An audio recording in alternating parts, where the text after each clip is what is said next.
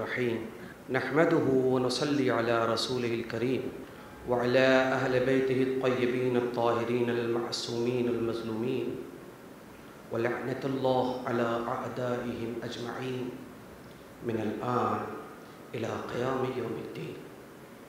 بسم اللہ الرحمن الرحیم۔ بزرگان قوم و ملت، برادران عزیز،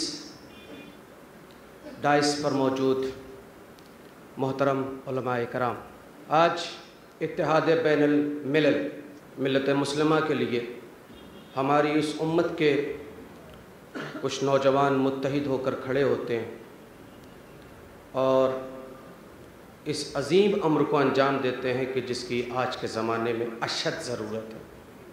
آج ہم کو اقتصادی طور پر، معاشی طور پر، تعلیمی طور پر ہر طریقے سے پیچھے کرنے کی کوشش جاری و ساری ہے، مگر اے کاش کہ ہماری آنکھیں کھلتی۔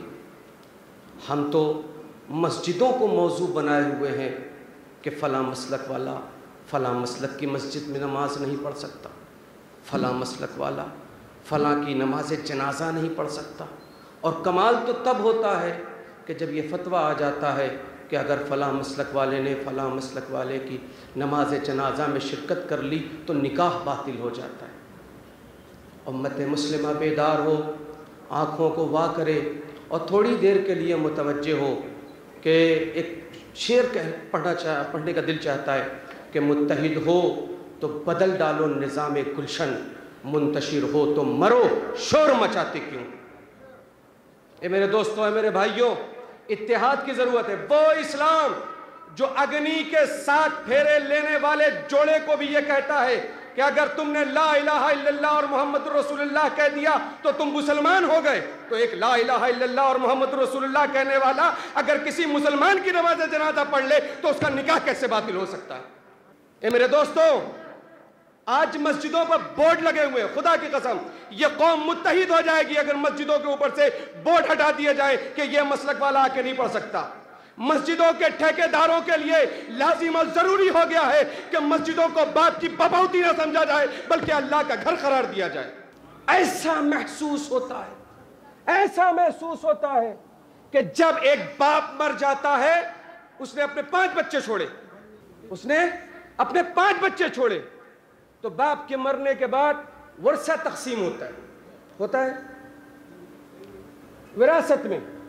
اب اس نے 5 مکان چھوڑے تھے، بڑا والا وہ والا گھر لے لے، چھوٹا والا وہ گھر لے لے، اس سے چھوٹا والا وہ گھر لے لے، اس سے چھوٹا والا وہ گھر لے لے، وراثت تقسیم ہو گئی، اس لیے کہ باپ مر چکا ہے۔ متوجہ ہوئے آپ؟ تو باپ کے مرنے کے بعد وراثت تقسیم ہوتی ہے۔ کیا مسلمان کو اس بات کا یقین نہیں ہے کہ اللہ موجود ہے؟